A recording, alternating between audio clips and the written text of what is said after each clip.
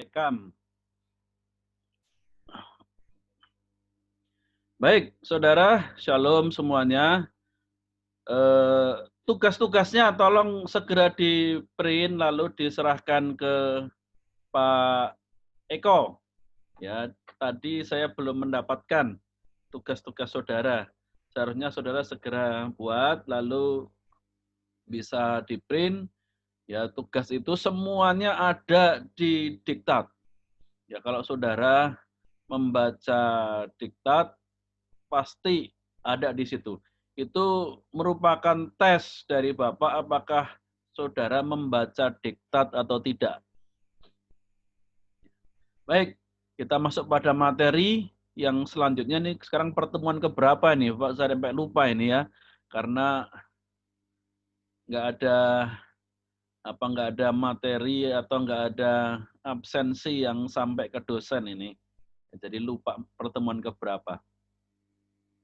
Nah, sudah kasih Tuhan, hari ini kita akan belajar mengenai teori-teori belajar. Nah, pada era sekarang ini ada dua teori belajar yang banyak bertentangan, dianggap banyak bertentangan. Ya, karena memang mempunyai sudut pandang yang berbeda. Ya, mempunyai cara pandang yang berbeda terhadap proses belajar, yaitu teori behaviorisme dan teori konstruktivisme. Namun sebenarnya teori konstruktivisme itu terlalu kecil sebenarnya, lebih tepatnya adalah teori kognitif. Antara teori belajar behaviorisme dan teori belajar kognitif, itulah yang seringkali diperdebatkan.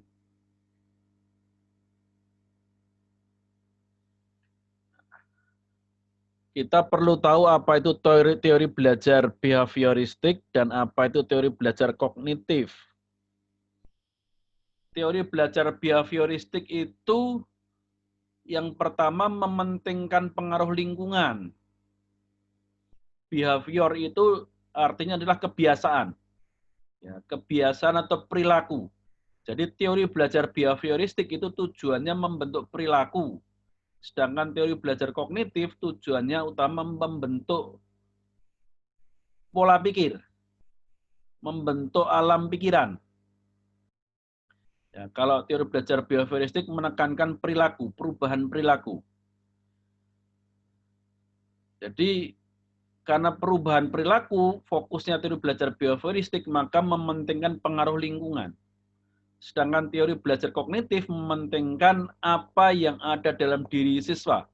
Jadi bukan sesuatu yang dari luar, tetapi sesuatu justru yang dari dalam siswa itu sendiri.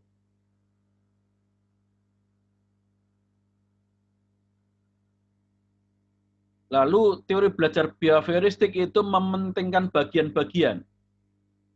Ya, jadi bagian-bagian itu dipentingkan, menguasai masing-masing bagian.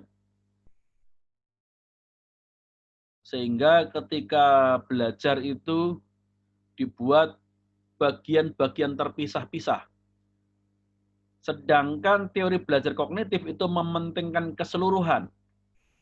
Maka era zaman sekarang itu pendidikannya tematis karena mementingkan keseluruhan. Kalau zaman sebelum sekarang ini, era sekarang ini, terpisah-pisah mata pelajaran itu terpisah-pisah.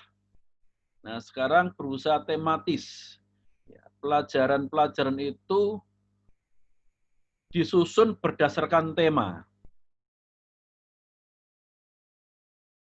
Lalu teori belajar behavioristik itu mengutamakan peranan reaksi. Bagaimana seorang individu itu berespon atau bereaksi ketika belajar. Lalu teori belajar kognitif mengutamakan fungsi kognitif. Jadi bukan bereaksi saja, tetapi mengerti apa tujuannya bereaksi. Memikirkan kenapa merespons. Itu bedanya. Ya, mementingkan kenapa harus begitu. Tetapi kalau teori belajar behavioristik mengutamakan bertindak dulu. Tidak usah nunggu mengerti, bertindak dulu nanti akan mengerti. Tapi kalau kognitif mengerti dulu baru bertindak. Nah, biasanya behavioristik karena menekankan yang penting bertindak dulu, mengerti belakangan, maka hasil belajar berbentuk secara mekanis. Bahkan kadang-kadang tidak mengerti apa tujuannya. Ya, tidak mengerti kenapa harus seperti itu. Itu biasa terjadi dalam budaya, masyarakat. Kenapa harus kalau pesta adat itu ya, harus ada pesta adat yang memberikan mahar sekian banyak kepada pihak perempuan. Ya, itu hanya dilakukan terus-menerus. Kenapa harus motong kerbau? Banyak yang nggak tahu, tapi yang penting melakukan. Tapi kalau teori belajar kognitif mempertanyakan kenapa harus seperti itu? Kenapa wanita harus dibeli? Nah, itu kan ada sekarang mempertanyakan teori belajar kognitif. Kalau zaman dulu wanita harus dibeli. Zaman sekarang ya malah dianggap merendahkan. Kalau zaman dulu semakin dibelinya dengan harga mahal, orang tua itu semakin bangga. Anak saya berarti sangat berharga, keluarga saya sangat berharga. Ya, tetapi zaman sekarang malah loh kok anaknya kok malah sepertinya dijual. Mulai ada perubahan cara berpikir. Itu karena mempertanyakan. Nah, belajar kognitif itu mengharapkan keseimbangan dalam diri antara merespon ya antara kebiasaan dengan pengetahuan latar belakang mengapa mengetahui itu, untuk apa pengetahuan itu seimbang. Nah, kalau teori belajar behavioristik dipengaruhi pengalaman masa lalu. Zaman dulu dianggap bagus berhasil, maka zaman sekarang juga harusnya bagus berhasil. Maka kita lihat banyak orang tua itu kalau ngajari anaknya, Bapak zaman dulu saja itu nggak ada handphone bisa belajar, nggak ada internet bisa belajar, nggak pakai buku bisa belajar. Jalan kaki bisa belajar. Dan berhasil. Dulu sekolah minggu itu nggak perlu harus dengan ada media pembelajaran, nggak ada usah ada alat musik yang bagus pun juga jalan dan berhasil. Selalu berkata begitu orang yang behaviorisme selalu melihatnya masa lalu saja berhasil kok, kenapa masa sekarang nggak bisa berhasil? Jadi kalau behaviorisme itu begini, masa lalu itu terbukti berhasil, maka masa kini tidak berhasil dengan cara itu, yang salah itu orangnya. Yang salah itu siswanya. Karena masa lalu orang-orang zaman dulu menggunakan metode ini dengan sarana seperti itu cukup berhasil dengan baik. Nah, kalau belajar kognitif bukan begitu. Tergantung kondisi saat ini, bisa jadi masa lalu berhasil dan masih bisa diterapkan. Tapi kadang-kala masa lalu itu diterapkan zaman sekarang sudah nggak pas lagi.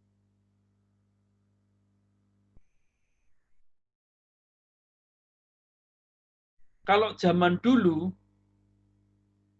ya dalam sebuah keluarga itu kalau wanita, ya ibu rumah tangga, istri itu bekerja, dianggap malah tidak baik. Suami yang tidak baik. Tapi kalau zaman sekarang, suami melarang istrinya bekerja, malah dianggap membatasi. Tidak pro kesetaraan. Zaman dulu, nyuruh istrinya bekerja malah dianggap, wah kamu itu kejam sama istrimu. Tapi zaman sekarang malah terbalik ya cara penilaiannya. Makanya belajar kognitif tergantung kondisi. Ya, tergantung situasi saat ini.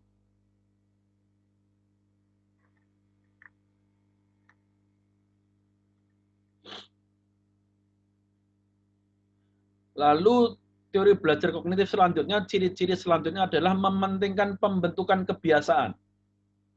Ya, sudah terbiasa. Misalnya begitu melihat ada lantainya kotor, rumah berantakan, langsung cepat membersihkan. Nah, karena sudah terbentuk kebiasaan. Begitu ada ketemu guru, selamat pagi Pak, selamat pagi Bu, melihat membawa tas dan sebagainya berat, segera dibawakan. Ya, itu dulu caranya melatih anak-anak zaman dulu untuk pendidikan. Tapi zaman sekarang mementingkan struktur kognitif. Ya bukan kebiasaan tapi struktur kognitif. Jadi mementingkan pola pikir. Pola pikir yang berubah, maka perilaku akan berubah.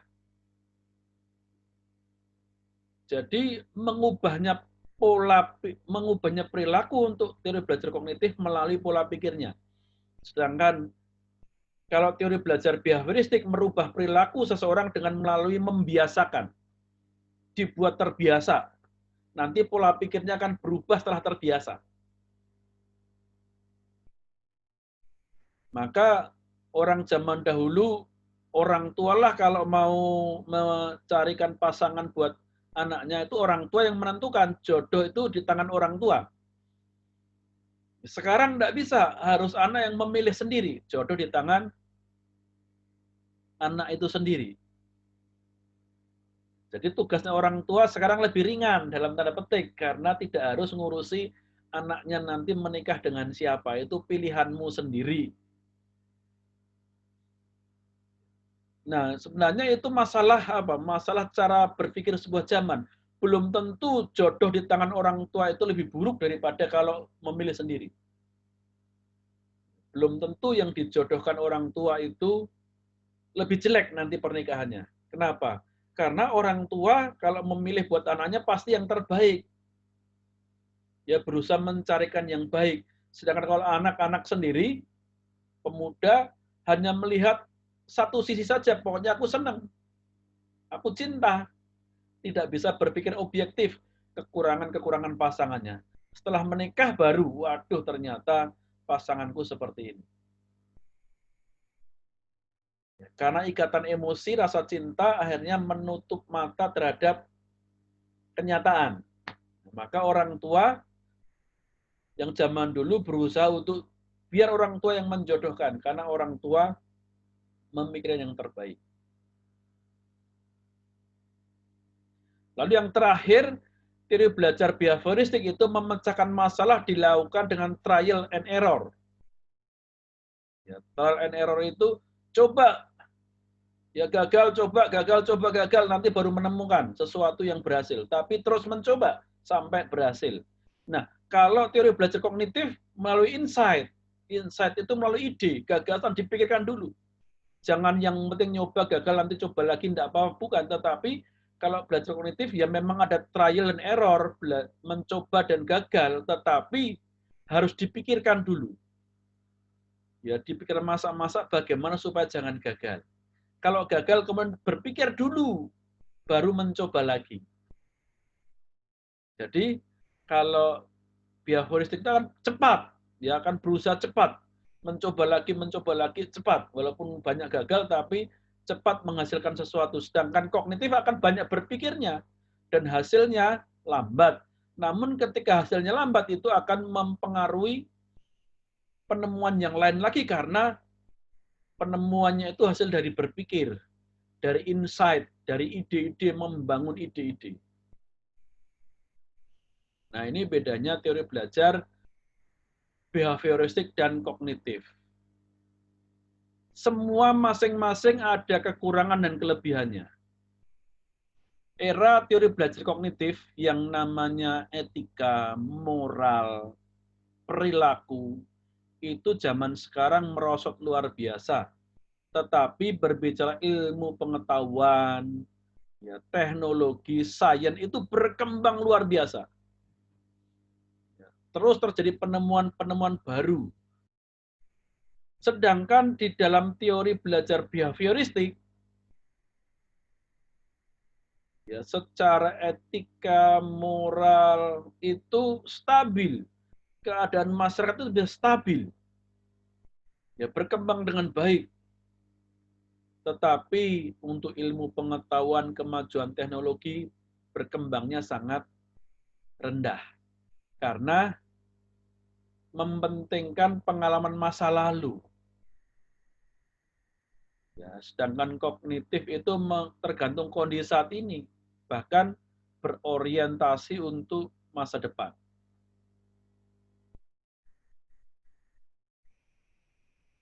Nah, ini adalah kelompok-kelompok jenis-jenis teori belajar dalam aliran behaviorisme dan kognitif. Sebenarnya banyak, ya banyak, lebih dari ini semua. Tetapi ini yang akan kita pelajari. Ya, akan kita pelajari. Dan juga sebenarnya kita akan belajar semua nggak akan sempat selesai. Maka hanya beberapa saja yang kita pelajari. Terutama yang basic dan yang saat ini populer.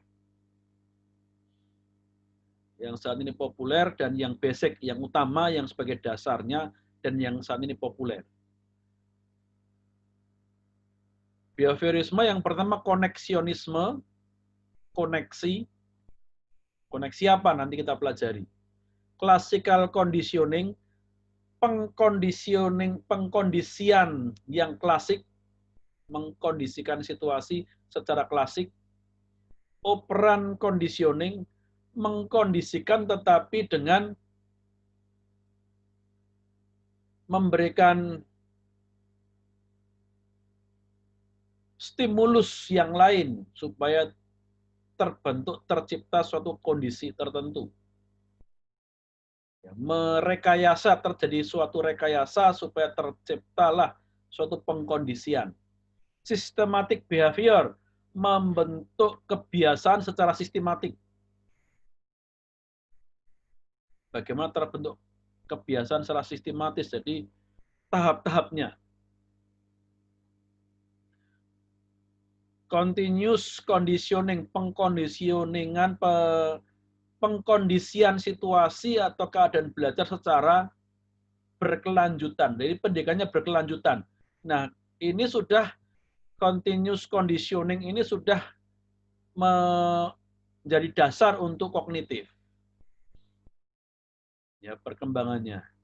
Karena tidak lagi hanya sepotong-sepotong atau bagian-bagian, tetapi sudah ada kelanjutannya dari masing-masing bagian.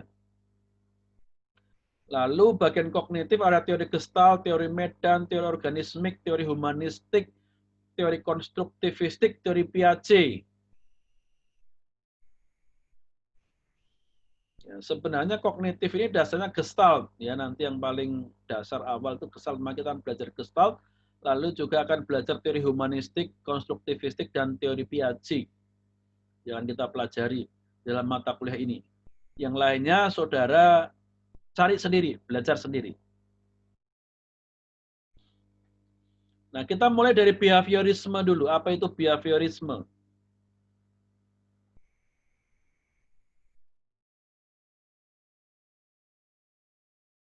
Ya, behaviorisme itu memandang pendidikan secara jasmani. Sisi jasmaninya.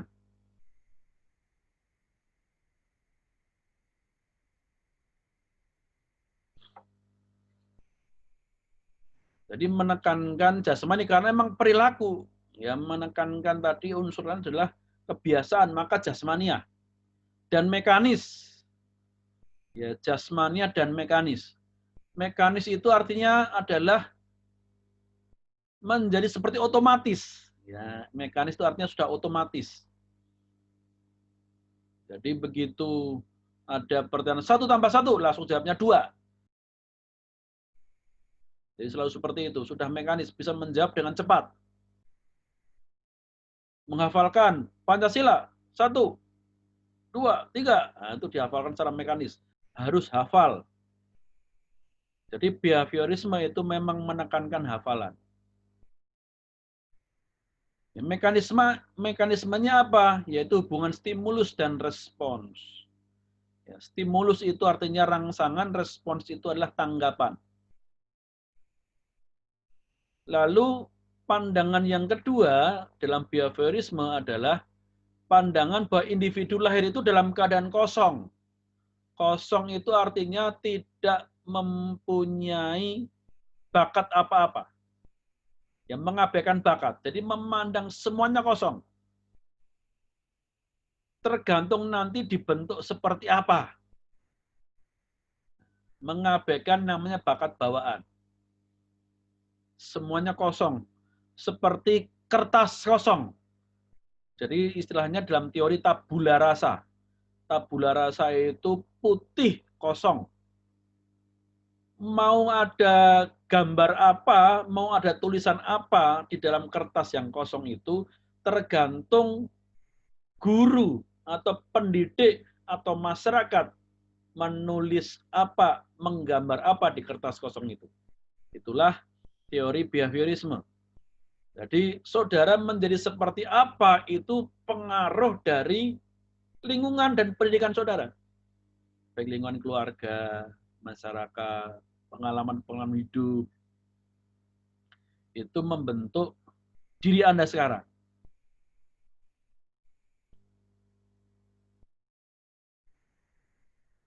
Pendidikan berpusat pada kehendak guru. Jadi istilahnya teacher center learning. Berpusat pada guru. Jadi yang aktif, yang banyak bertindak itu guru. Siswa hanya ngikut. Maka simbol dari pendidikan kita, ya kalau anak-anak SMP, SMA, SD di di kantongnya atau di topinya biasanya ada gambar seperti apa itu ya? Seperti ada burung atau apa seperti sayapnya, ya. Lalu ada tulisan Tutwuri Handayani. Ya, Tutwuri Handayani. Itu artinya yang bagian belakang itu harus ngikut saja. Taat, ngikuti. Ya, mentaati, mengikuti, menturuti pada guru, pemimpin. Taat saja pada guru. Tutwuri Handayani. Ikut apa yang dikatakan gurumu. Itu simbol di pendidikan kita, ya, Tutwuri Handayani.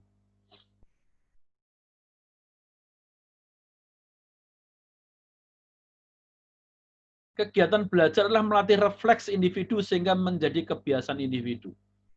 Melatih refleks, ya, cepat berespon, cepat bertindak.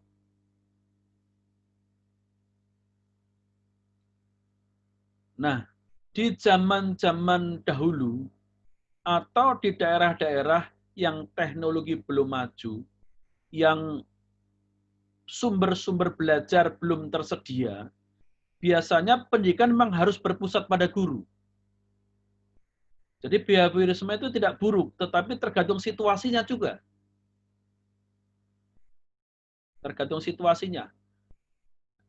Di daerah-daerah yang akses ilmu pengetahuan itu masih kurang, sumber-sumber belajar kurang, mau tidak mau pendidikan berpusat pada guru. Gurulah satu-satunya sumber belajar.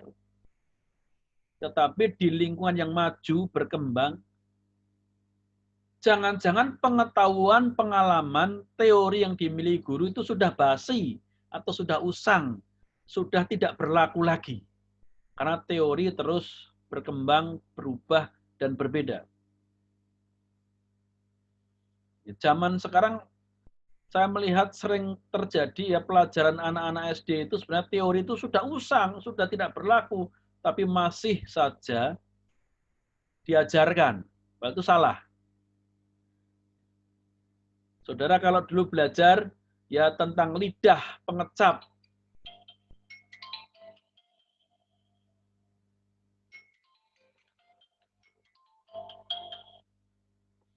ya zaman dulu diajarkan bahwa lidah itu bagian depan itu untuk merasakan manis, bagian kanan kiri untuk asin dan asam, lalu bagian belakang untuk merasakan pahit. Zaman sekarang nggak berlaku lagi, nyatanya saudara megang obat yang pahit, taruh di bagian depan lidah, rasanya pahit juga. Nggak nunggu sampai di bagian belakang lidah baru terasa pahit. Ternyata dalam teori sekarang, semua saraf-saraf tubuh ini, semua saraf-saraf lidah bisa merasakan semua rasa. Baik depan, belakang, kanan, kiri, semuanya bisa merasakan manis, asam, pahit, asin. Ya, semua bisa dirasakan. Nah, teori itu sudah berubah dengan ilmu pengetahuan. Tetapi karena masih berpusat pada guru, gurunya menggunakan teori yang lama, itu masih diajarkan. Padahal itu sudah berubah. Nah, inilah bahayanya dengan kalau pendidikan berpusat pada guru. Murid berusaha untuk menyampaikan teori atau penemuan baru untuk menyangkal guru, bisa disalahkan, bisa dihukum. Dianggap tidak menghormati guru. Contoh lagi, zaman dulu dikatakan tata surya itu planet kita ada 9, ternyata sekarang tinggal 8. Yang satu kemana? Planetnya hilang satu, bukan hilang, tapi yang dulu dianggap planet, dengan ilmu pengetahuan sekarang adanya teropong bintang yang lebih canggih dengan menggunakan meneropongnya tidak lagi dari bumi, tetapi dari satelit yang dikirim keluar angkasa, ternyata planet yang dulu disebut planet Pluto itu ternyata bukan planet. Ternyata itu asteroid. Akhirnya teori itu sudah berubah. Sudah tidak bisa digunakan lagi. Nah, guru yang tidak update dengan ilmu pengetahuan akan tertinggal. Nah, kalau berpusat pada guru dan gurunya tidak update pengetahuan, maka siswanya juga akan makin tertinggal. Ya, ini behaviorisme. Tetapi di dalam situasi untuk membentuk perilaku, seperti saudara yang di asrama, mau dibentuk perilakunya supaya cocok, supaya sesuai dengan seorang hamba Tuhan. Bagaimana harapan masyarakat itu terhadap seorang hamba Tuhan, sosok hamba Tuhan, perilakunya seperti apa, kebiasaan seperti apa, maka mau nggak mau harus pakai behaviorisme karena mau membentuk perilaku. Tidak cukup hanya dengan diberitahu, diajari dengan cara supaya saudara berpikir sendiri. Tidak bisa. Tetapi harus secara behaviorisme, dibiasakan, dikondisikan supaya tiap hari bangun pagi, doa, baca firman, merenungkan firman Tuhan, supaya punya perilaku yang baik, berkata-kata yang baik, tidak lagi mudah mengeluarkan kata-kata kemarahan, caci makian, dikit-dikit berkelahi, menyelesaikan masalah dengan otot, itu kan bukan ciri-ciri hamba Tuhan. Ya, apalagi sudah mahasiswa, sarjana, itu kaum intelektual. Sudah kaum intelektual, rohaniwan lagi, tapi menyelesaikan masalah dengan otot, dengan cara berkelahi, dengan cara saling memaki-maki. Nah, itu kan nggak pas. Maka kemudian dibentuklah behavior, saudara, kebiasaan, supaya jangan lagi berkata-kata kotor, jangan lagi juga berkata-kata kasar, jangan lagi menyelesaikan masalah dengan otot dan kekerasan. Tapi selesaikanlah sebagai seorang yang mempunyai intelektual yang tinggi.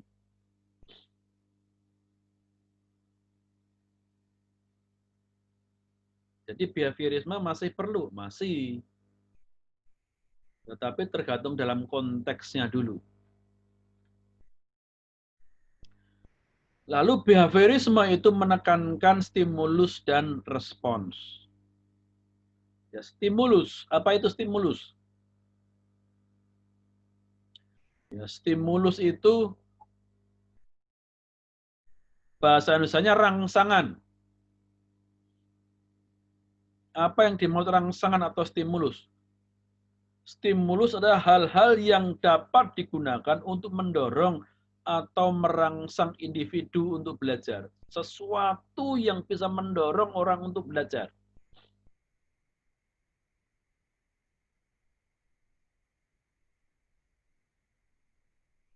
Ya, stimulus itu bisa dari luar dan dari dalam diri individu. Dari dalam berarti dirinya sendiri, seorang individu itu sudah mempunyai kesadaran, mempunyai dorongan, bisa mendorong diri sendiri karena dia punya cita-cita. Nah, itu stimulusnya. Cita-cita aku mau menjadi hamba Tuhan yang dipakai Tuhan luar biasa. Aku mau menjadi guru yang berdampak. Aku ingin sukses dalam karirku sebagai seorang guru.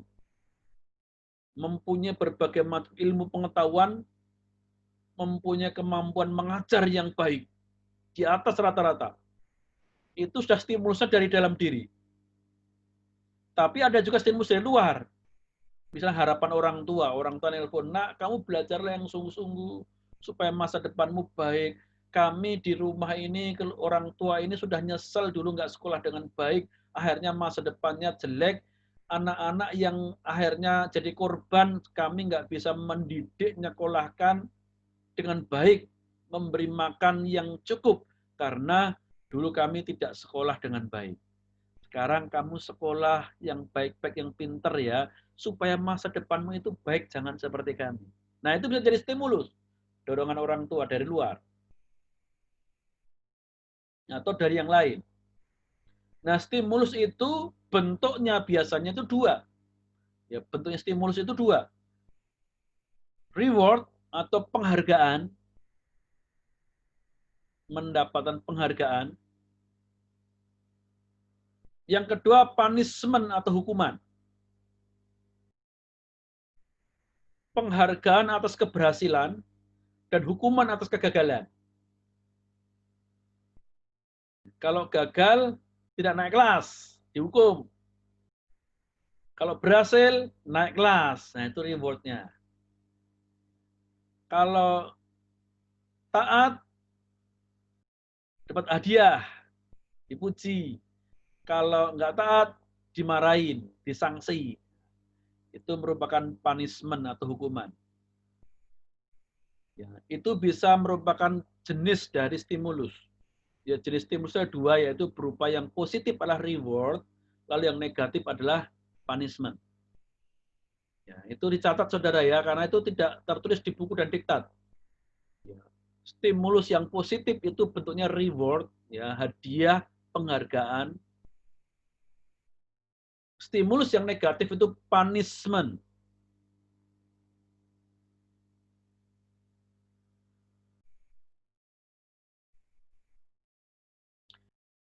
Sekarang teori sekarang berusaha meninggalkan istilah punishment, hukuman.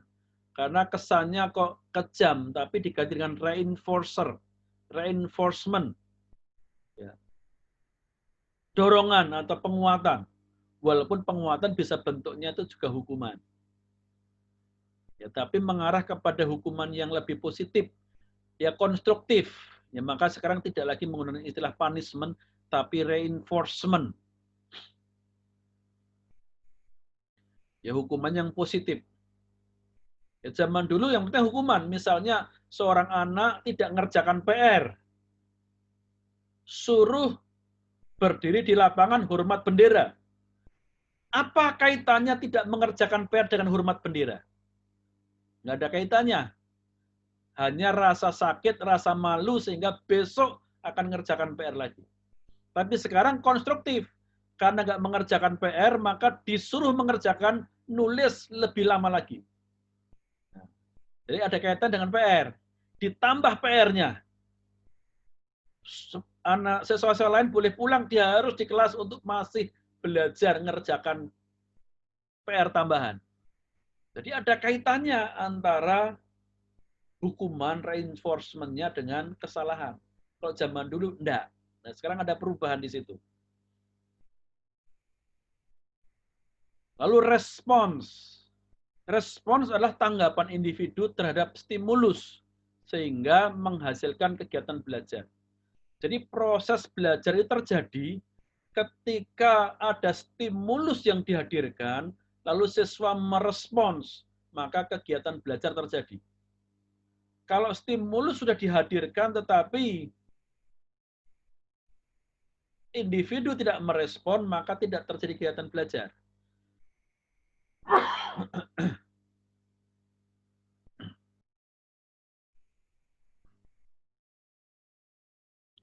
Jadi ketika saudara mau mengajar, memberikan stimulus, ya berupa peraturan, berupa dorongan, ada aturan hukuman dan hadiah kalau siswa taat mengikuti pelajaran. Itu bisa berjalan dengan baik kalau siswanya merespon. Kalau enggak bisa.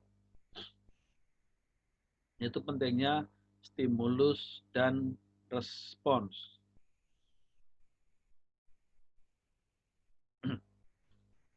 Saya beri waktu saudara mencatat dulu dari apa yang Bapak tulis tadi, yang Bapak sampaikan. Ya, saudara bisa menulis yang Bapak jelaskan tetapi tidak tertulis di sini, di PowerPoint. Yang namanya PowerPoint itu kan poin-poin saja. Jadi ini adalah pengertian dari pendidikan teori belajar behaviorisme. Ya, teori belajar behaviorisme pengertian di sini tadi. Memandang pendidikan dari segi jasmaniah dan mekanis, yaitu hubungan stimulus dan respons.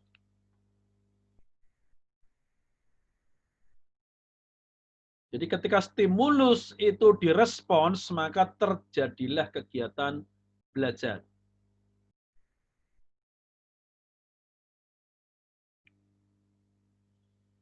Ya, kalau guru menerangkan,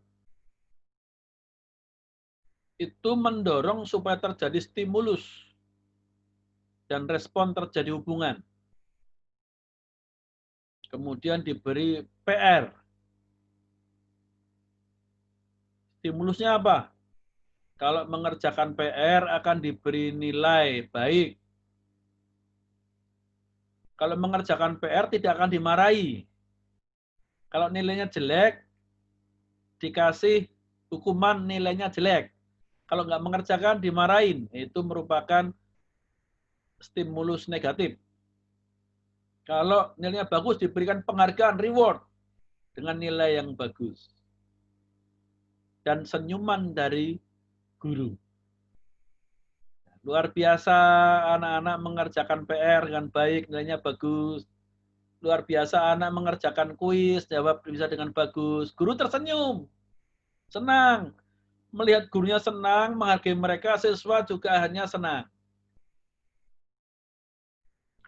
Giliran jelek nilainya, guru mulai memasang wajah serem, marah, memberi nilai jelek.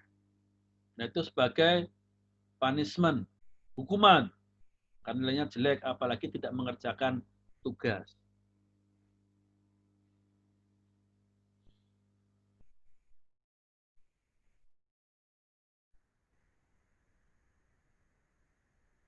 Sekarang kita akan masuk pada jenis-jenis teori belajar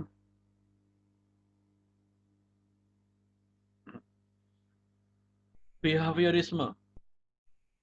Ya, seperti yang tadi Bapak sudah sampaikan, ada banyak jenis.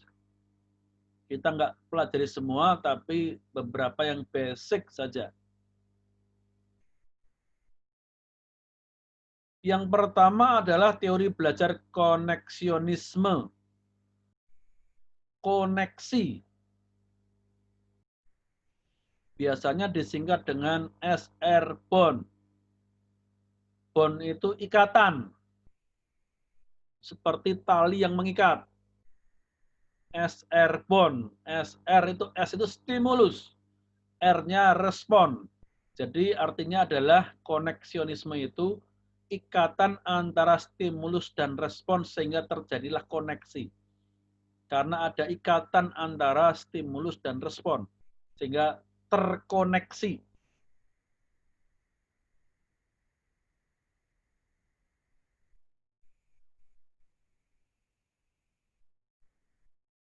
Anak-anak belajar yang baik. Kalau nilainya 8, nanti ibu beri hadiah. Jadi apa Bu? Permen coklat. Anak senang. Lalu dia belajar. Nah, berarti ada kaitan antara perubahan perilaku dengan permen coklat itu. Ya, lalu merespon dengan belajar. Stimulusnya adalah permen.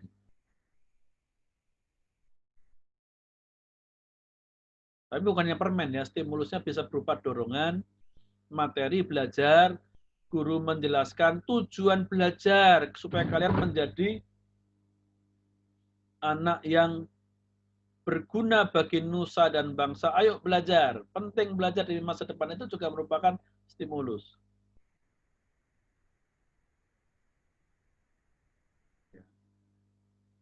Jadi koneksionisme ini disebutkan di dalam teori ini adalah belajar adalah proses interaksi antara stimulus dan respon. Stimulus dan respon itu berinteraksi. Maka menghasilkan proses belajar.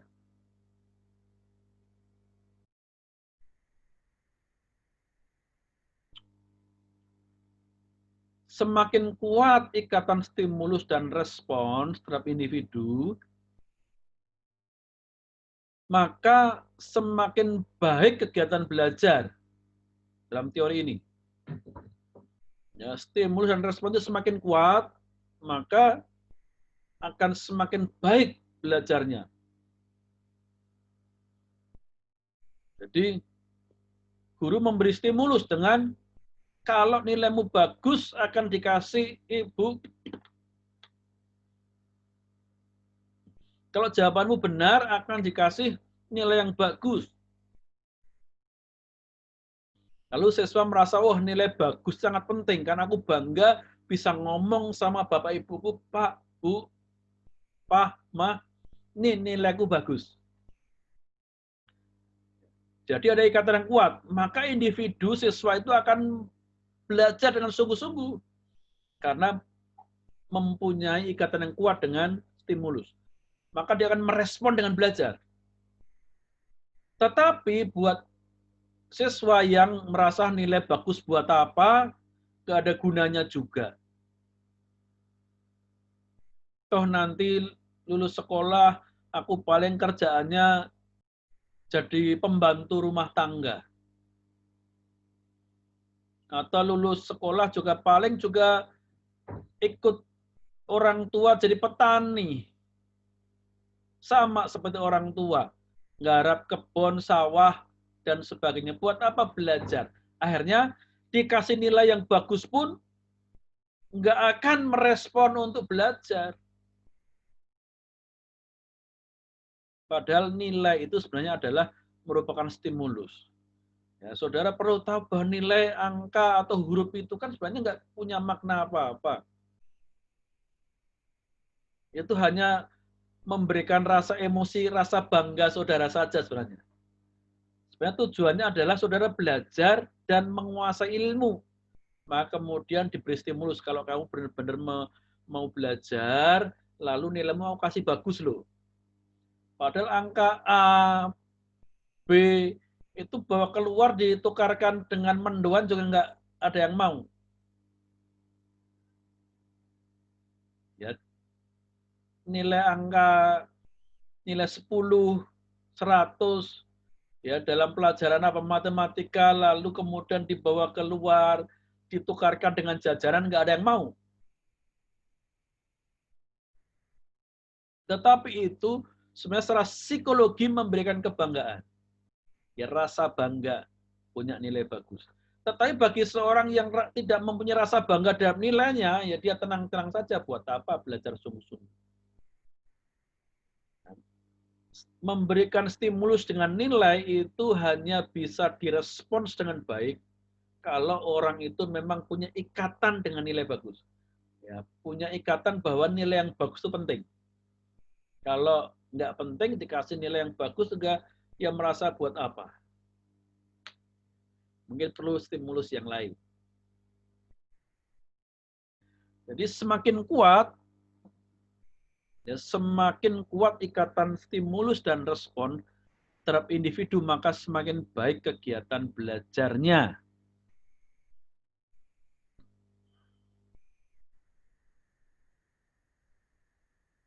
Sebaliknya, semakin lemah ikatan stimulus dan respon, maka semakin tidak baik kegiatan belajar. Nah, ini seorang guru harus tahu siswanya itu berminatnya dalam bidang apa sih. Gunakanlah stimulus dan respon seperti itu. Misalnya, seorang anak yang punya minat game, kenapa tidak dikasih stimulusnya? Nah, kalau nilaimu bagus nanti, boleh main game 1 jam. Atau kalau nilaimu bagus nanti, boleh nonton film. Ya, pengen belajar, mungkin yang nilaimu bagus nanti pulangnya, yang nilai bagus bisa pulang lebih awal daripada yang lain. Wah, anak-anak udah senang itu. Waduh, aku bisa pulang lebih dahulu daripada teman-temanku.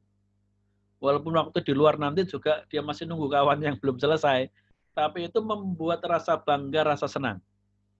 Ya, dengan itu kemudian ada anak yang jadi makin belajarnya sungguh-sungguh. Tapi bagi anak lain, belum tentu. Jadilah SR bond, stimulus dan respons yang terikat. Nah, dalam hukum belajar koneksionisme ini ada 3 hukum belajar. Law of effect, law of readiness, dan law of exercises. Nah, hukum belajar koneksionisme bisa terikat dengan baik, yang mempunyai ikatan yang baik itu karena ada law of effect, law of readiness, law of exercises. Kenapa sih sampai sekarang saudara sudah kuliah pun masih memandang kalau saudara dikasih nilai jelek oleh dosen itu saudara sedih bahkan protes, kenapa nggak dikasih nilai bagus? Tidak menjadi aku memang dikasih nilai jelek itu memang dosen itu sebenarnya menunjukkan kemampuan masih begini tambah lagi. Kenapa? Karena kita itu kena namanya law of effect. Dari sejak kecil nilai itu dianggap sebagai penghargaan, rasa bangga. Bukan untuk menunjukkan suatu kemampuan. Maka sampai dewasa pun kita masih kejarnya nilai angka-angka itu, bukan kemampuan yang didapatkan dari belajar. Dapatnya ijazah, bukan kompetensi, kemampuan, skill yang bisa digunakan. Bukan pengetahuan, keterampilan yang bisa digunakan dalam hidup. Padahal sekarang di era zaman sekarang ini sebenarnya saudara, dosen memberi angka nilai itu tujuannya untuk mengevaluasi saudara. Kemampuanmu tuh masih sekian. Maka tingkatkan lagi. Tujuannya untuk memberikan evaluasi terhadap kemampuan saudara. Bukan untuk memberikan suatu penghargaan. Supaya senang. Kebanggaan bukan. Karena saudara sudah mahasiswa ini harus sadar bahwa yang penting itu adalah kemampuanku menguasai ilmu yang diajarkan dosen. Bukan angka-angka itu. Maka banyak juga orang yang angka-angkanya itu bagus, tetapi tidak berhasil dalam dunia kerja. Sebaliknya ada orang yang secara angka itu nilai-nilainya itu kurang, tetapi dia berhasil dalam dunia kerja. Ada yang seperti itu. Ini ada ya, bukan berarti semua, tapi ada. Ya, ada orang yang bagus masa depannya walaupun waktu belajar nilainya nggak bagus. Ada yang seperti itu, tapi nggak semua. Ya, emang yang umumnya ya yang dia belajar baik, rajin belajar, dia terbiasa hidup rajin, akhirnya waktu bekerja pun dia juga berhasil dengan kerajinannya. Banyak juga yang seperti itu. Tetapi ini adalah Bapak menunjukkan mengenai faktor law of effect ini. Karena setiap hari saudara waktu dari sekolah minggu, TK, SD, SMP, SMA, tahunya itu angka itu sesuatu penghargaan yang penting di ajaran seperti itu. Sekarang masih mempunyai pandangan seperti itu, bahwa angka itu penting. Padahal yang penting adalah kemampuan saudara, bukan angkanya. Bukan ijazahnya, tetapi kemampuannya. Walaupun ijazah juga penting, tetapi punya ijazah nggak punya kemampuan buat apa? Tapi kalau punya kemampuan, walaupun ijazahnya itu mungkin nggak tinggi, tetapi bisa mengalahkan orang-orang yang punya ijazah tinggi. Law of readiness, hukum kesiapan. Lalu ketika hukum latihan. Hukum latihan maksudnya apa hukum-hukum ini? Nah, hukum ini untuk menjelaskan kuat lemahnya ikatan antara stimulus dan respons. Kuat lemahnya hubungan stimulus dan respons ini dipengaruhi 3 hukum ini. Hukum efek, hukum kesiapan, hukum latihan. Mari kita pelajari satu demi satu. Law of effect. Bagaimana law of effect ini mempengaruhi kuat lemahnya stimulus dan respons. Jika individu atau siswa atau saudara ketika merespons sebuah stimulus menghasilkan sesuatu yang menyenangkan, maka ikatan stimulus dan respons semakin kuat. Ya, misalnya saudara taat, disuruh mengerjakan menyiram tanaman. Lalu saudara hasilnya menyenangkan karena kemudian dihargai. Wah, kamu rajin ya. Ada rasa senang. Waduh, ternyata apa yang kerjakan dihargai. Nah, karena ada rasa senang, rasa nyaman, maka ikatan antara stimulus dan respon itu makin kuat. Artinya semangat saudara untuk menyiram tanaman makin lama makin baik. Jadi belajar makin kuat. Responnya itu makin kuat. Ketika diberi perintah, tolong dirapikan aulanya dengan baik. Nah, ketika sudah merapikan dengan baik, lalu kemudian ada penghargaan. Oh, terima kasih ya, kamu sudah merapikan. Nah, ada rasa senang, maka kemudian besok kalau suruh membersihkan, merapikan, dia akan, aku mau sungguh-sungguh lah. Karena hasilnya menyenangkan. Sebaliknya kalau hasilnya tidak menyenangkan, apa ini sudah kerja kok malah bikin kacau saja. Kecewa. Nah, ketika kecewa, maka kemudian stimulus yaitu berupa perintah. Tolong bersihkan aula. Males. Saya kerja sungguh-sungguh juga nggak diperhatikan. Serba salah. Akhirnya ikatan antara stimulus dan respon akan menjadi makin longgar. Ngerjakan hanya kalau diawasi. Ya, taat kalau ada yang mengawasi, sedangkan kalau tidak ada, malas-malasan.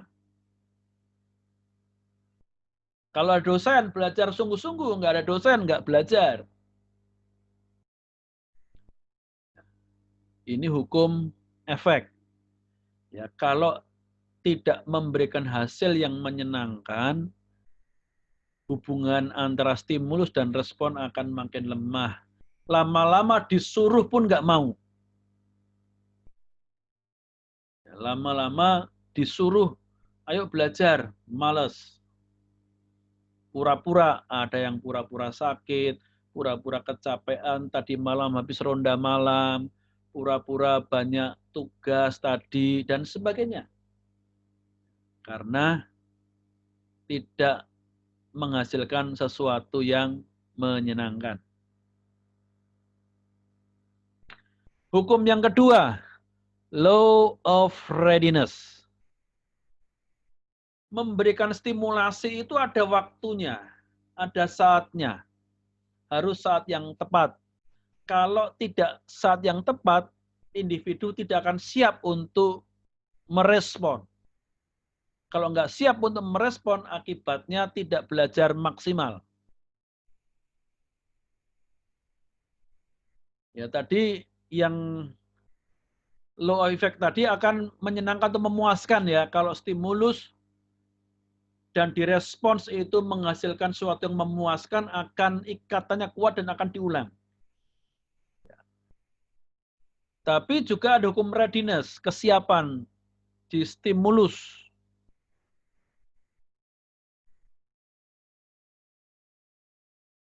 Nah, dalam hukum readiness ini ada 3 yang perlu diperhatikan oleh seorang guru. Memberi perintah, memberi tugas, itu memperhatikan seperti ini ya. Untuk nyuruh belajar, orang tua juga memperhatikan seperti ini.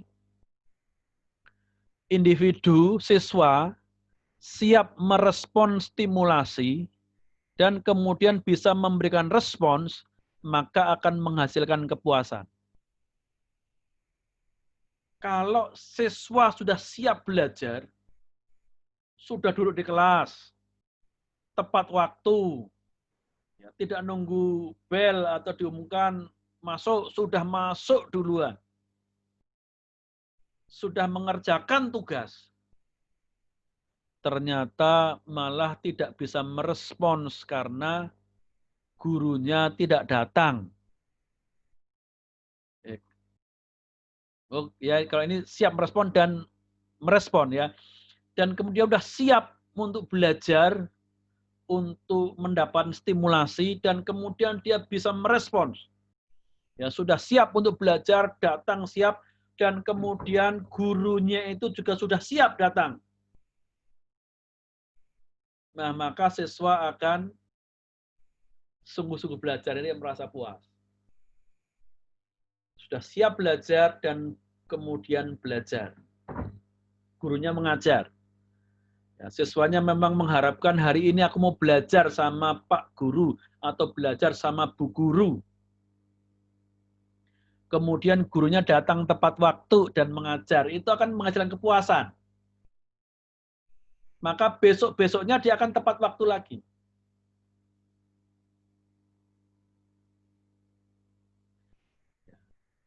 Sudah siap untuk belajar, lalu bisa belajar dengan baik, maka besoknya akan belajar.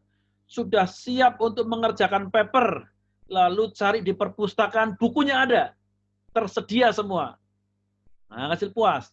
Wah, ternyata buku yang saya butuhkan ada. Maka dia akan kemudian mengerjakan papernya dengan sungguh-sungguh. Sudah siap mengerjakan, ternyata bukunya tidak ada. Nah, ini masuk dalam hukum yang kedua. Individu siap merespon stimulasi, dosen sudah memberikan tugas paper dan siswanya sudah siap untuk merespon, mau mengerjakan papernya. Lalu datang ke perpustakaan, ternyata buku nggak ada. Jadi tidak bisa merespons, maka akan menghasilkan ketidakpuasan. Bukunya tidak ada, Pak. Nah, besok-besok dikasih paper lagi sudah, jangan-jangan ke perpustakaan juga nggak ada. Coba kamu cari buku di perpustakaan, pasti nggak ada lah Pak. Kemarin yang tugasnya Bapak juga nggak ada bukunya di perpustakaan. Menghasilkan ketidakpuasan. Nah, kalau hasilnya tidak puas, juga nanti ya hasilnya, yang bagian atas ini, hubungan SR makin lemah.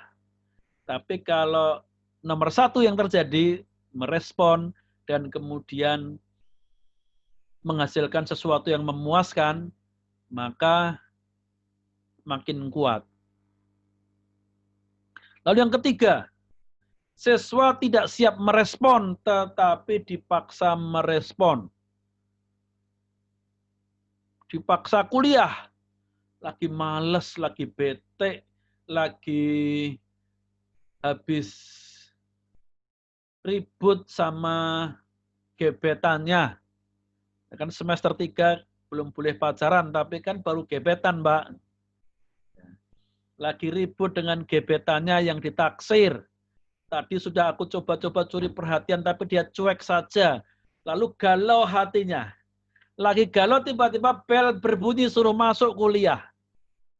Nggak siap, tapi dipaksa. Kalau nggak datang kuliah, nanti malah dimarahin. Nah, itu juga akhirnya menimbulkan ketidakpuasan. Kalau tidak puas, maka belajarnya tidak maksimal. Ya, stimulus dan respon hubungannya menjadi terganggu. Yaitu hukum kesiapan. Maka seorang guru perlu membuat siswanya itu siap untuk belajar. Seringkali yang bagi guru itu sebuah jam neraka waktu harus mengajar siswa adalah ketika habis istirahat siang. Apalagi anak-anak. Istirahat siang, panas, anak yang diajarnya, siswa SD-nya itu, lari-lari sana-sini, teriak-teriak, keringatan, kecapean, keringatan, lalu bel berbunyi. Siswa masuk dalam keadaan masih keringatan, terengah-engah, lalu guru mulai nerangkan pelajaran. Siswanya ada yang nggak konsentrasi, ada yang kemudian terlalu lelah dan ngantuk. Guru marah-marah. Kalian tidak memperhatikan pelajarannya. Ini penting sekali. Padahal bukan berarti siswa tidak mau memperhatikan, tapi siswanya belum siap. Karena masih keringetan, pikirannya masih kepada permainan tadi. Guru perlu membuat strategi supaya siswanya siap. Melupakan situasi istirahat. Ya. Sering kan begitu ya.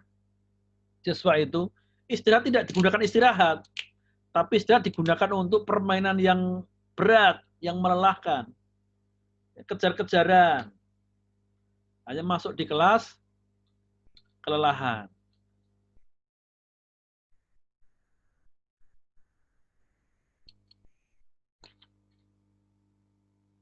Ya, situasi ini menyebabkan siswa tidak siap merespon. Dan itu terus berulang-ulang menyebabkan akhirnya stimulus dari guru, anjuran, ajakan guru untuk belajar itu makin lama makin tidak direspon oleh siswa karena tidak puas. Maka pentingnya ya ketika siswa kelihatan masih kecapean, coba guru membuat permainan yang ringan. Ketawa-ketawa, buat ketawa-ketawa dulu. Ya buat intermezzo dulu. Kasih sesuatu yang menyenangkan dulu. Apa yang menyenangkan dalam diri siswa anak-anak itu? Cerita-cerita lucu. Kalau saudara itu kan langsung tertarik kalau diajak ngomong tentang pacar. Kan memang zamannya usia saudara. Ya. Semester 3, belum boleh pacaran. Melihat kakak semesternya udah pacaran gitu kan. Nah, kalau bicara gitu, saudara langsung tertarik itu. Yang ngantuk langsung melek. Nah, itu cara membuat siswa itu siap. Ya kan, kalau udah berbicara gitu, udah melirik ini. Ada, oh ya, yang lagi pendekatan dengan satu kelas, ngomong tentang pacar, langsung yang dari ngantuk, langsung dia melirik. Yang di targetnya itu. Kapan Tuhan beri kesempatan saya untuk menembak? Nah, gitu kan. Karena memang itu zaman saudara yang menarik begitu. Tapi untuk anak SD, ngomong gini, ya mereka cuek-cuek saja. Pacar apa sih, Bu? Nah, gitu. Nggak ngerti. Ya. Situasinya beda. Ya. Maka buat untuk siap merespon dengan jangan langsung diajar, buat dia siap dengan apa? Dengan cerita-cerita lucu kah? Dengan situasi yang membuat mereka diajak nyanyi dulu. Ya, game-game kecil yang tidak melelahkan. Mereka senang. Mungkin ada yang di luar waktu istirahat tadi ada yang berkelahi dengan temannya, lupa dengan perkelahian itu udah senang.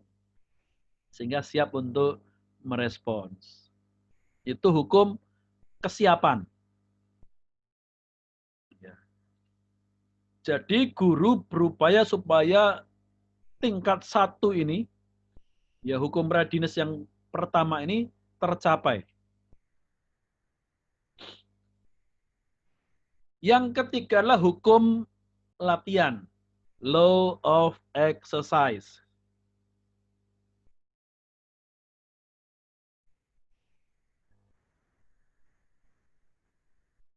Nah, hukum law of exercise itu hukum latihan. Hubungan stimulus dan respon akan semakin bertambah erat jika sering dilatih dan akan semakin berkurang apabila jarang atau tidak dilatih. Artinya kalau jarang dihadirkan, tidak rutin, tidak tekun, seorang guru tidak tekun, maka stimulus dan responsnya ini akan semakin kurang ikatannya. Misal seorang orang tua yang mau melatih anaknya bangun pagi, tapi nggak konsisten.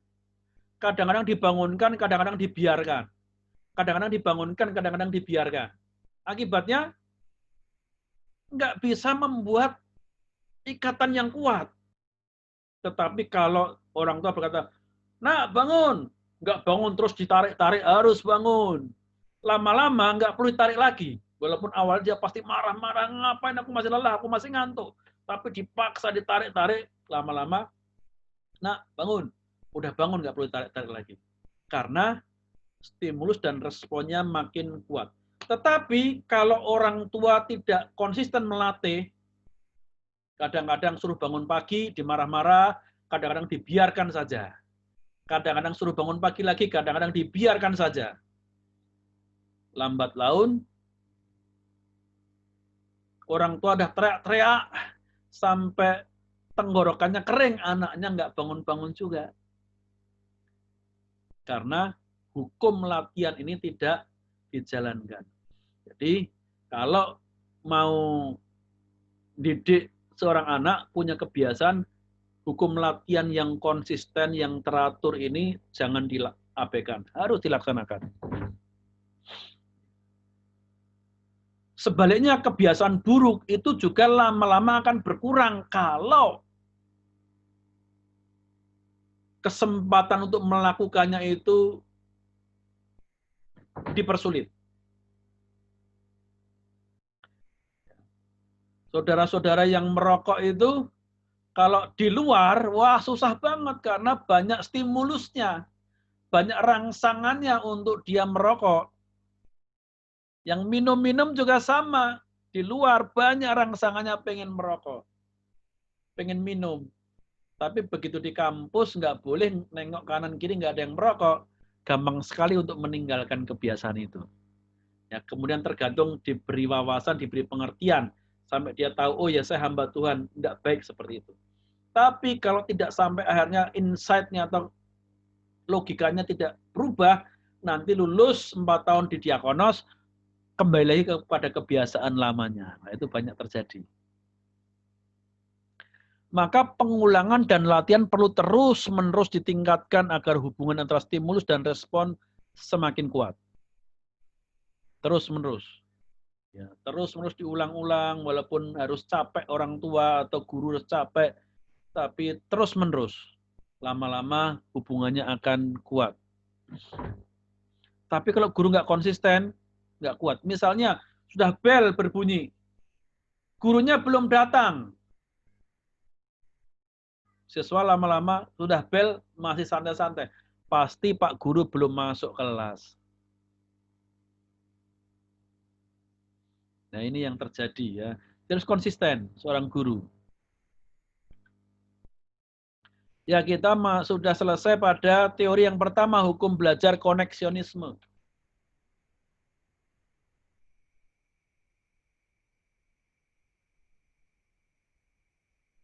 Selanjutnya kita masuk dalam hukum belajar classical conditioning. Ya hari ini saya pengennya selesai classical conditioning. Waktunya masih cukup sepertinya. Ya kita masih ada waktu setengah jam kurang lebih. Ya mudah-mudahan kita bisa selesaikan. Ya kalau sudah selesai lebih cepat berarti ya malah memang bisa cepat selesai juga. Ya classical conditioning. Ini kita dapat anugerah ini enggak disuruh berhenti Zoom-nya ini. Sudah 1 jam lebih ya, bisa 1 jam lebih ini tumben. Mungkin dapat bonus dari pemilik Zoom karena sering pakai mungkin ya.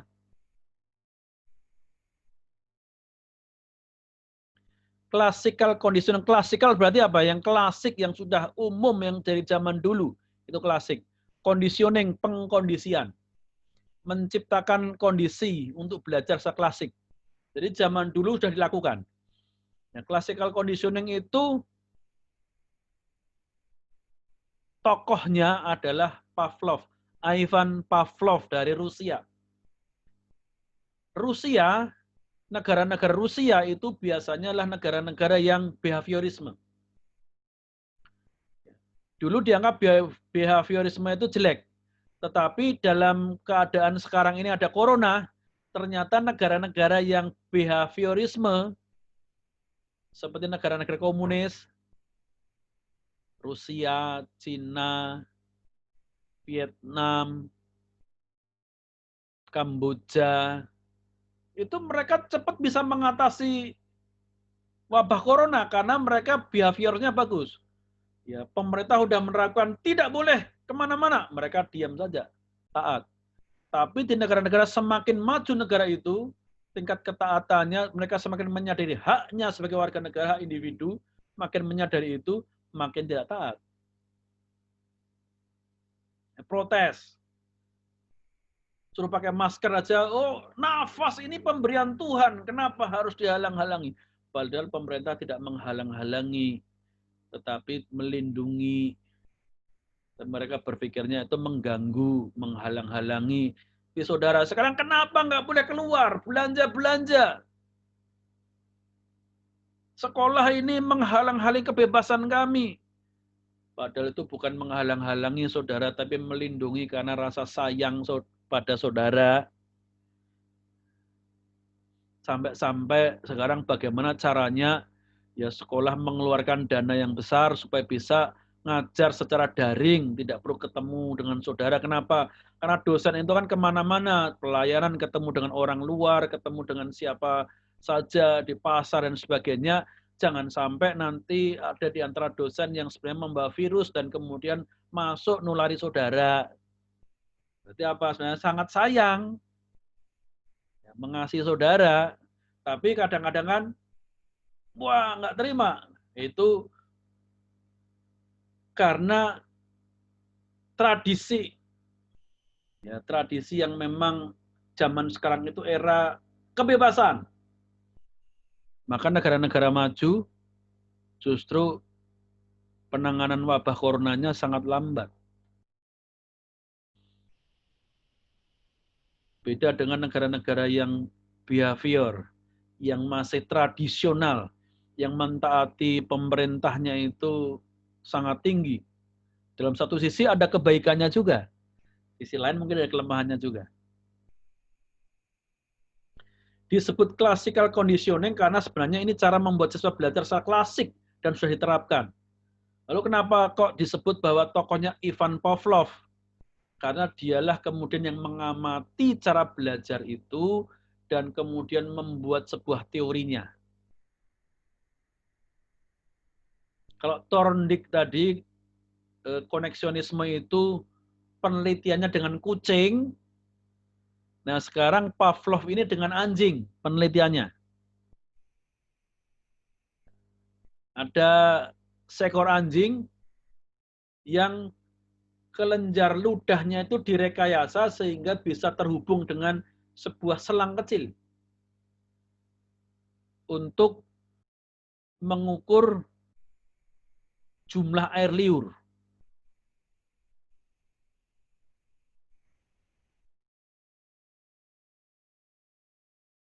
Setiap memberi makan daging yang menyenangkan, selalu dibunyikan lonceng.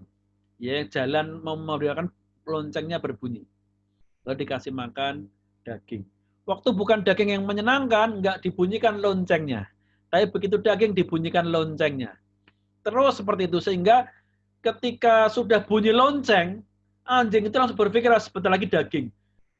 Sebelum makanan sampai air liurnya sudah banyak. Tetapi ketika diberi makan, nggak ada lonceng berbunyi, air liurnya nggak banyak karena anjing berpikir, ah makanannya cuma biasa-biasa saja.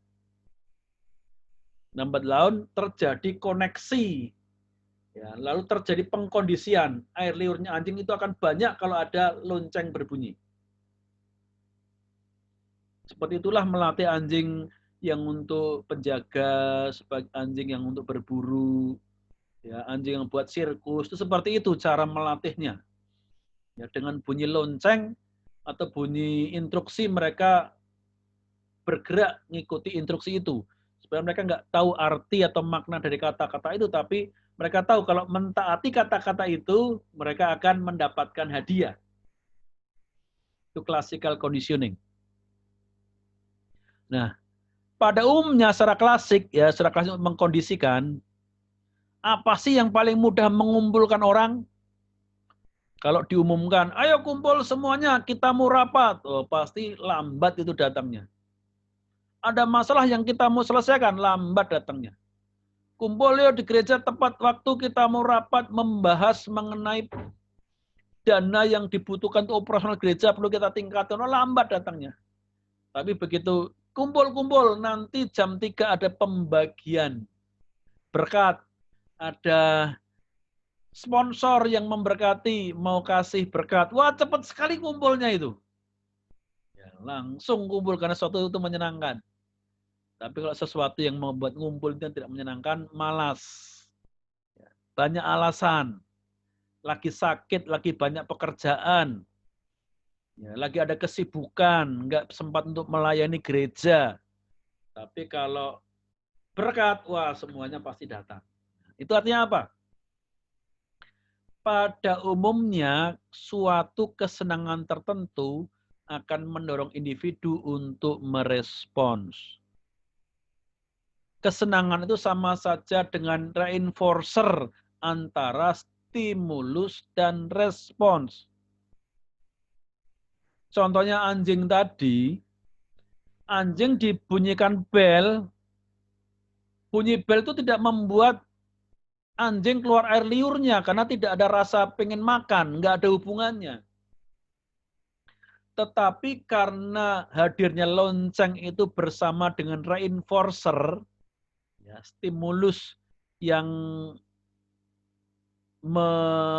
reinforcer yaitu daging, lama-lama begitu mendengar lonceng, anjing sudah merespon keluar air liurnya dengan adanya lonceng tanpa harus daging lagi.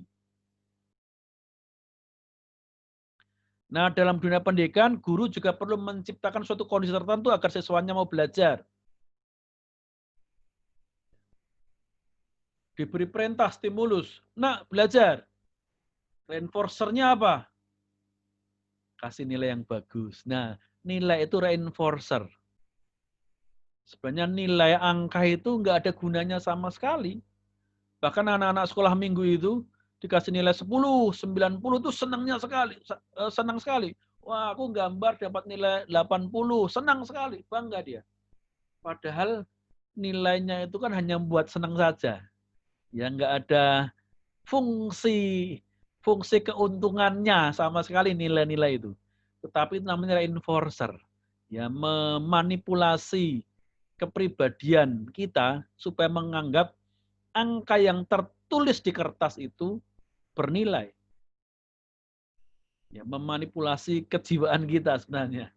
Ya, sampai sekarang banyak orang yang termanipulasi dengan cara itu. Tapi kalau sudah dewasa, harusnya lebih mementingkan kemampuan daripada nilai.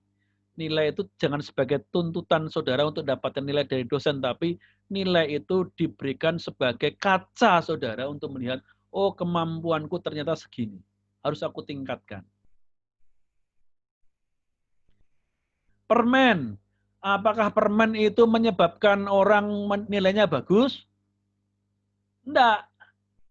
Ya makan permen terus malah giginya bisa rusak. Tapi permen bisa mendorong anak untuk belajar. Maka dikatakan, nak, belajar. Nanti Bapak kasih permen coklat. Permen itu tidak membuat cerdas. Tetapi membuat dia belajar sehingga nanti jadinya cerdas. Nah itulah namanya classical conditioning. Jadi dalam dunia pendidikan, guru menciptakan suatu kondisi tertentu agar siswanya mau belajar. Reinforcer itu bisa reinforcer positif dan negatif yang tadi namanya reward dan punishment. Itu bisa menjadi reinforcer juga.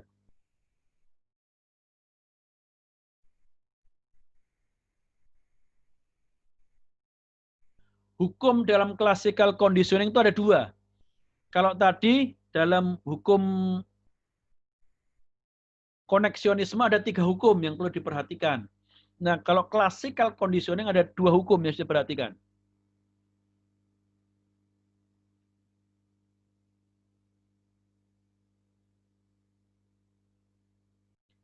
Hukum pembiasaan. Law of respondent conditioning. Responden itu dikondisikan supaya terbiasa untuk merespon. Siswa dikondisikan untuk terbiasa merespon. Misalnya begitu bunyi bel langsung dipanggil, masuk, masuk, masuk. Lama-lama tinggal bunyi bel, tidak lagi teriak-teriak, sudah masuk. Apakah bel itu bisa memaksa orang untuk masuk kelas? Tidak. Ya.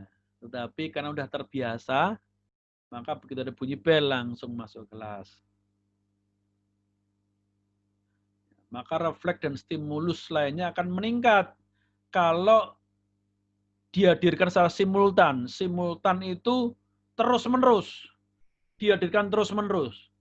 Ya seperti bunyi bel tadi, dengan anjing tadi, ya. Dihadirkan terus-menerus, maka akan semakin kuat hubungannya.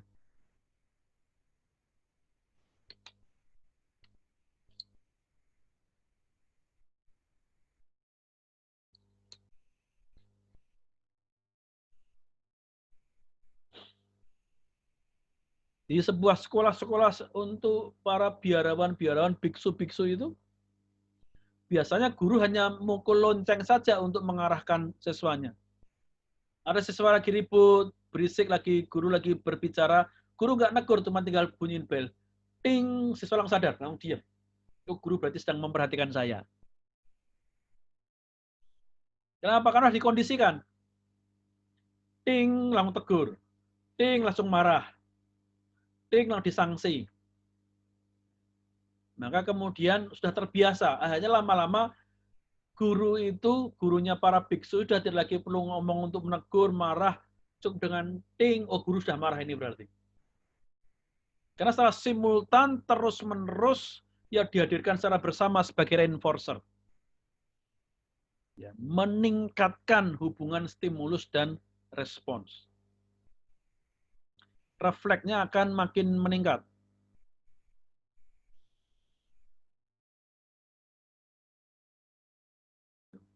Hukum yang kedua belum tertulis. Oh.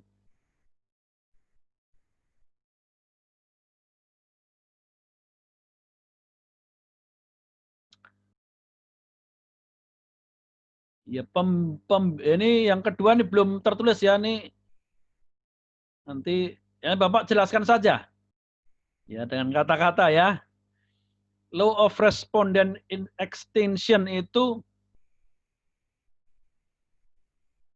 reinforcernya atau pembiasaan yang dihilangkan. Jadi kalau yang pertama ini law of respondent conditioning itu untuk menciptakan suatu kebiasaan baru. Sedangkan law of respondent extinction itu untuk menciptakan hilangnya sebuah kebiasaan lama. Ya, secara klasik bagaimana untuk menghilangkan kebiasaan. Misalnya kebiasaan bangun kesiangan. Ya, jangan hanya waktu di asrama saja, bangun pagi berdoa, waktu di praktek pelayanan gimana? Weekend. Wah, itu banyak mahasiswa yang bangunnya siang. Nah, itu berarti gimana supaya kebiasaan itu hilang. Nah, itu tadi menuntut adanya suatu kebiasaan, law of respondent condition, lalu law of respondent extinction. Ya, jadi kebiasaan yang dihilangkan. Bagaimana caranya? Maka juga dikasih reinforcer tadi. Ya, dikasih reinforcer supaya kebiasaan-kebiasaan itu hilang. Hukuman. Secara terus-menerus. Begitu melanggar ada hukuman, begitu melanggar ada hukuman, dihadirkan terus reinforcernya. Lalu kalau taat kemudian dikasih hadiah, taat dikasih hadiah, melanggar dikasih hukuman, terus-menerus lama-lama kemudian kebiasaan itu buruk itu hilang. Ya, tanpa ada hadiah lagi sudah bisa melakukannya.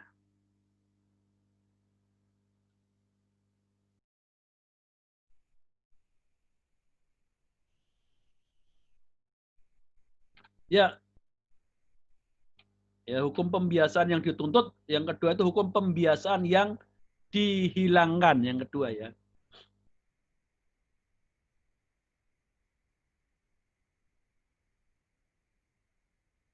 Ya, jadi justru untuk supaya tidak merespons, yang extinction tadi ya, menghilangkan kebiasaan. Oke, materi kita untuk hari ini sudah selesai.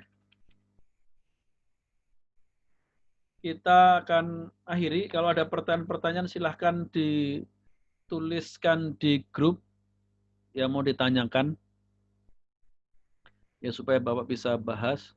Jangan lupa tugasnya. Ya, kemarin yang Bapak WA-kan tugasnya harus dikumpulkan kapan, itu tolong dijalankan. Nanti saya akan tanya pada Pak Eko. Ya, untuk saudara sudah mengumpulkan kepada Pak Eko atau belum tugasnya.